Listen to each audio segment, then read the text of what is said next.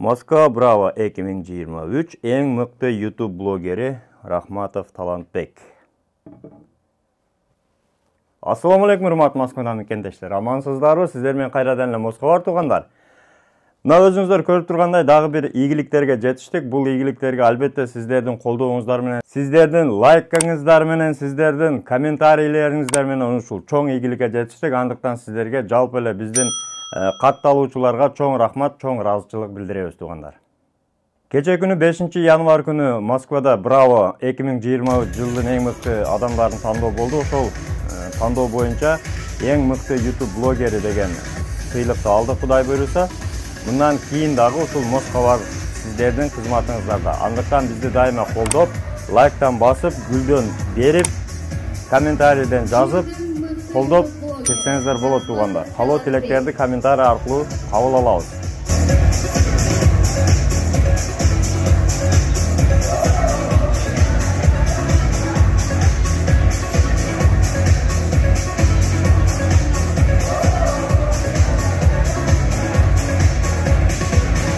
Анан дагы айта кетчү нерсе, ушул класс баскандын алдында коңгуроочу бар туугандар. Көпчүлүккө баягыдай уведомление келбей атыптыр. Андыктан ошол коңгуроочуну карап коюңуздар, жаңылыктардан артта калбаңыздар.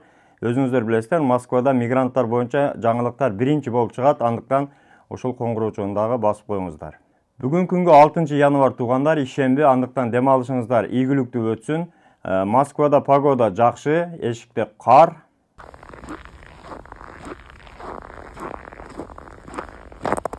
Москвада погода сонун. Мына зуук өтө сонун, зуук туксаңар.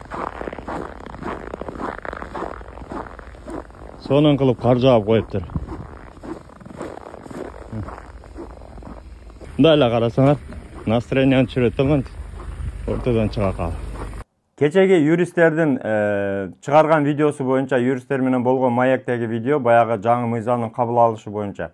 Орусча чыкты туугандар, себеби ошол юрист кыргызча билбейт. Ал кыргыз улутундагы юрист эмес. Ал башка улуттан. Андыктан негизи эле орусча сүйлөйт, кыргызча сүйлөй албайт.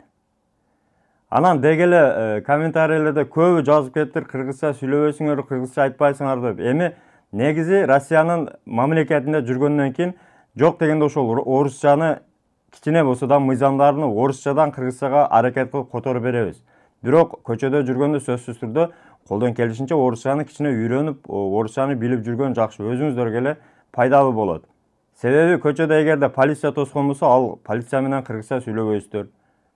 Жок дегенде мыйзамды ошол орусча анча-мынча нерселерин жаттап алсаңыздар, баягы кээ бирлер талашып калат го, на каком основании ары бери депчи.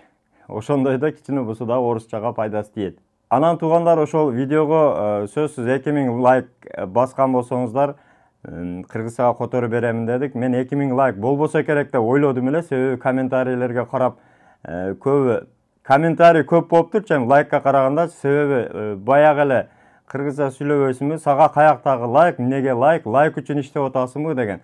Лайк үчүн иштеген жокпуз туугандар, просто лайкты бассаңыздар, биз өзүбүздүн ошол кылган мээнетибизге дагы кичине сүйүнүп, ушул элге пайда болуп атат экен, элге жагып атат экен деген мааниде кийинкиликке дагы ошол видеолорду чыгарганы бизге стимул болот. Бая мотивацияны мага кредит берет дейт го, ошого окшоп мотивацияны именно YouTube'да чыгарганы мотивацияны лайк менен комментарий берет. Андыктан лайктан аябастан басыңыздар, комментарий дагы жакшы сөздөр жазсаңыздар жакшы болот. Себеби туугандар, лайк басканга 1 секунд кетет, басып коесуздар. Сага каяктагы лайк, сакалыңды кара, сакалың сапсайып кайра-кайра чыга бересиңби деп жазып убакыт кетирип эмне кыласыздар? Лайкты басыңыздар, видеону жакты деп биз ойлойбуз дагы, күнүгө видео чыгарганы аракет кылабыз туугандар. Ошол видеону буйруса которуп баштадым, эртең саат 2-лерге даяр кылып YouTube'га жүктөймүн. Себеби текст өтө көп, өтө түшүндүрмөлөрү көп. Ошондуктан сиздерге колдон келишинче ошол мыйзам боюнча икир-чикирине чейин кыргызча жакшына кылып түшүндүрүп кеткенине аракет кыламын. Андыктан бул видеого дагы лайк бассаңыздар болот. Андан сырткары комментарийге ошол сиздерди кызыктырган суроолорду жазсаңыздар, биз юристтер менен сүйлөшүп, ошол суроолорго юридикалык так маалыматтарды, жоопторду алган аракет кылабыз туугандар. Анан туугандар, негизи эле Россияда жүргөн, Москвада жүргөн биздин мекендештерди эң дагы бир чоң көйгөйү болгон бул регистрация маселеси. Ошол регистрация маселеси жеңилдейби, негизи эле регистрация кылган оңойлодубу, кандайдыр бир жолдору, жаңы оңой жолдору барбы деген суроолор көп берилет туугандар. Мен сиздерге былтыркы жылы видео чыгарганмын, баягы ижара договору менен барып регистрация кылдырсаңыздар болот деп. Ал баягы арендага алган квартиранын ээси менен сүйлөшүп, ошол договордун негизинде, эгерде договор официальный, ижаранын договору, аренданын договору официальный жаздырсаңыздар, ошол жерге өзүңүздөр эгерде үй бүлөңүздөр болсо, бала чаканын фамилия аттарын жазып, ошол договордо көрсөтүлгөн болсо, ошонун негизинде барып дагы регистрация койдурса болот МФЦдан.